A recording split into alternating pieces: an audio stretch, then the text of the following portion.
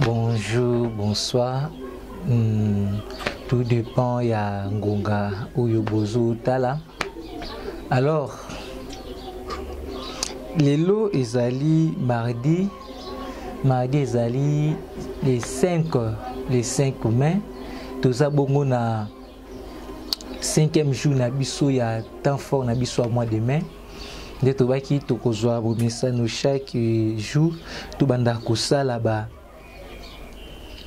vidéo ya mukuse kaka kolobela likambo etali thème du jour et na nzela vidéo wana nde okosunga biso toyeba kosambela malamu.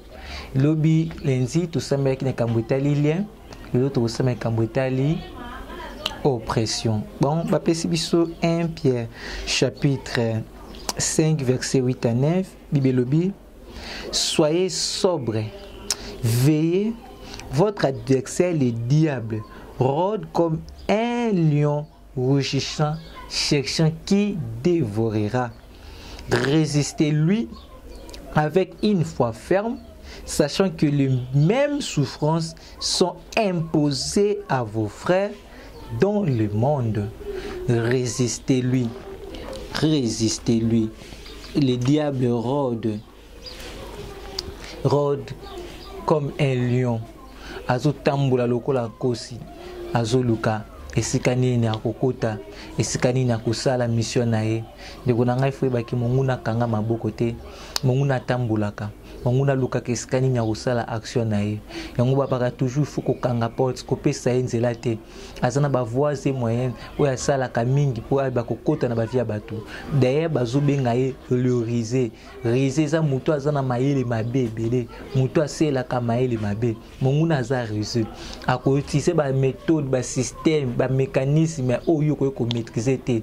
Alors yo kopesa ye nzela te, résister le. Donc na oppression lelo okokomitu na tozo la oppression au sambelani. Na moi mukuse na koloba bwe.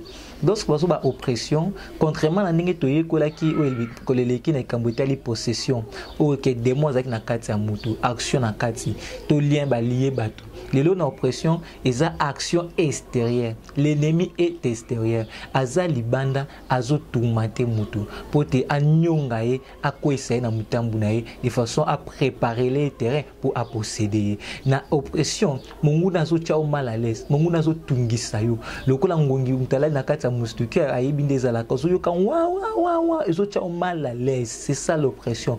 Mungu nazo tcha mal à l'aise. Azo déranger bomoyi na yo, azo persécuter yo. Et nabit nini, nabit moko azo linga sani, azo linga a semer peur kat na yo. Yali boso ngwana mungu nazo pression pas semer peur. Yami bale aza ko pression pour alinga semer la terreur, amemela yo somo, amemela yo terreur. Donc yami satu mungu na aza ko presser yo pour alingi azo pour aggraver situation na yo. Ozomona Monguna a semé le peur, a semé le terrain, a tué na kati ya bobangi, a tué na kati ya somo, et puis a enlevé la paix. Troisième chose, l'ennemi enlève la paix na kati ya oppression, a yeko lungola kimia. Donc, okomi ko vivre vie moko, oza na kati ya kobanga, oza na kati ya somo puis ozangi kimia. Pourquoi? Parce que mungu nazo tungisa yo. Et na kati ya oppression, tant mungu nazo tungisa bonga lungolio bobangi lungolio kimia achi bobangi kati na yo akoki kotize banzele belé po asalela ngo. Nzela mingi asalelaka ope na kolinga kobeta mwa sete muke eza na nzela ekambo etali ndoto. Alors na ndoto bato mingi baza ba victime ya oppression monguna na bandoto. C'est vrai, Job azoloba, Dieu parle tantôt d'une manière, tantôt d'une autre.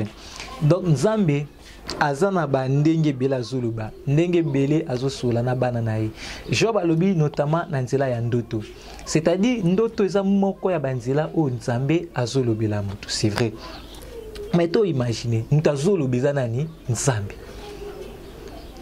Nambo moto kutu bende biso watu tozali tango zo swana moto oyi bake nini nina loba te ndenge nina loba pona éclairer moto mais siko nsambo azo belo na ndoto tala bandoto yo lotaka bandoto moko indéchiffrable ndoto côté banda ke zo yeba te côté zo suko zo yeba te mais ça se retrouver ka kolota ki yo ka sonner ça message ensemble nzambe ni akolobelo bongo nzambe azobelo na bere et puis omuna ko ya kotungisa yo na likambo na omuna ke ya na bato azofanda de semaine à semaine aza mal à l'aise nini unalota ki ndoto na yo kanga ngote na comprendre ngote parce que message ensemble ko tcho mutu mal à l'aise na ndenge ni l'oppression yangwana même songe zolota zo répéter oui songe répéter cause à la message d'insistance mais ça message ça clair mais yo ça komba moko be comprendre ki to koti boye non ba manipulateur de rêve pe existaka manipulateur de rêve ko bandondo to ozaki na mai o se retrouver na zamba au moni côté mo bato bazaki bato na ba limundi bato na ba koti boye en même temps se retrouver zaki na papote comme na papa wana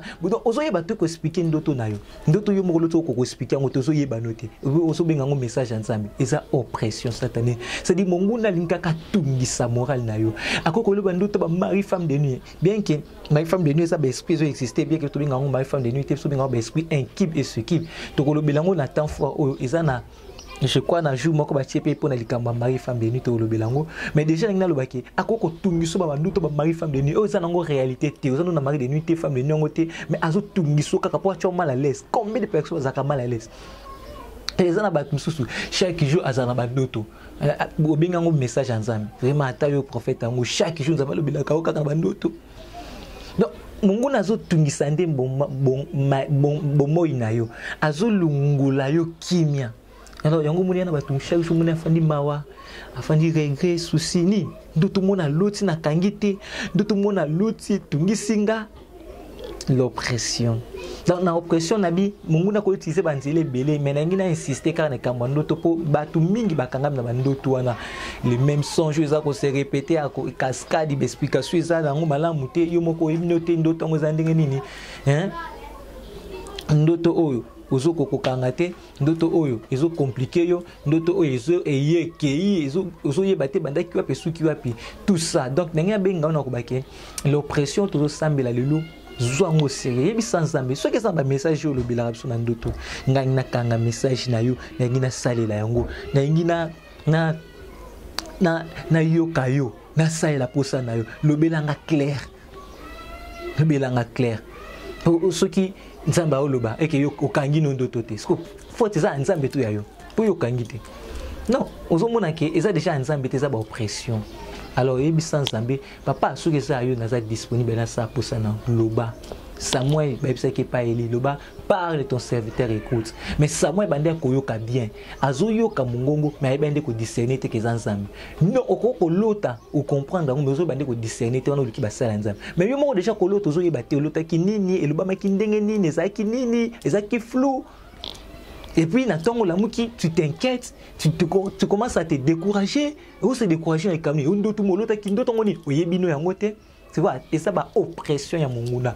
Donc le loba pesi biso occasion tout télémer la oppression na. Parce que l'oppression, l'ennemi a le terrain favorable. Nabi possession, mona za nakati, on va possession démoniaque. C'est-à-dire azui démon na moka fandi sinakati. Oppression za démoniaque, oppression satanique. C'est-à-dire mona zo luka voisin moyen. De totangi na 1 Pierre 5 wana. Azo luka voisin moyen ndenge ni nakoluka na kota na kati ya via mutu o.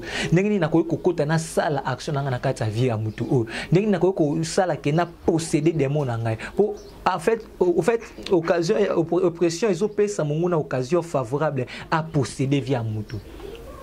Yango omona na kati ya oppression yelo kaliboso esa nini eza kolungola ezo empêcher mutu ko prier mutu akozo ko su ko sambela te parce que ça trop déranger aso ezo ko empêcher ko prier po nini as se déplace na monguna pour akabwana na nzambe parce que quand tu ne pries pas oza couper na nzambe okabwana na nzambe le PC de espace na diable c'est ça l'oppression mona nga kabula na nzambe empêcher ba prière. Bakinga ba sa ba prière makasi ya memelo makambo belé pour sambela te empêche la prière et aussi enlève la paix et lungolio kimia rumuni et aussi et aggrave la situation to benga ngo ba nyopi spirituel moi problème mo eza mukie ya munition ko munene likambo zo mona muto azo mitungisa maza ko se tracasser na problème ezanga tina azo mona ngo comme déjà grave ndezo mona ezana bato mususu otambwa na nzela mapapa changer couleur likambo lekeli mususu akoma koloba ye moko na nzela mo mobala azo expliquer makambo azolela oko comprendre déjà que ça oppression mutala muki ya brosete yo na liputa banda tongo tipo kazo lungula ngote oppression ezo tambwise makanisi. Donc dans l'oppression monguna ayo ko aggraver situation na yo. Mais Bible ezo ba nini to résister les Jacques chapitre 4 verset 7. Ba bi résister l'ennemi. Résister les prière lelo ba boya na yo. Boya na yo, boya oppression monguna résister les. Voilà. Donc lelo tout ça mardi notre 5e jour, l'obéza mercredi 6e jour, to ngato sala direct. Ceux qui ont soumis direct aux ala donc le long la prière à 20h20 boya oppression résister boya bandoto indéchiffrable bandoto si la kate bandoto kangakate bandoto oyo et sangisaka 4 5 6G ndoto ezaka mulai moyebi eloko te ndoto yo moko ozoyi bati meso tungisaka mutema na journée boya yango na beti c'était likambo bandoto po bandoto eza makambo ebele ndoto eza message ya nzambe ndoto eza pe ba manipulateur de rêve bayaki oyo baza koyebi so makambo lokuta makambo ba ko disco makambo ba ko tungisa maele na yo ba ko tungisa bomoto na yo moko tela même na bible nzambe alobaki pe na bandoto alobelaki Joseph clair Joseph zo mwana bokende nzambe alobaki na ndoto alobaki sunani Marie na ye kopesa o mwana nzamba lobaki na bandoto donc so te bakani nyoso nzamba lobaki na bandoto omuna ezaki très clair yo nzamba lobaki na ndoto eza clarté donc na bengi yo na conscience ba ke oppression monguna ezali zo oppression yo po azangisa yo kimia loko beleza lonka kozanga kimia okoma tourmenter ozala persécuter pour céder place na lisumu ofungo la porte na mabe moko pour monguna posséder donc sambela lelo boya yango na kombo na Yesu Christ amen.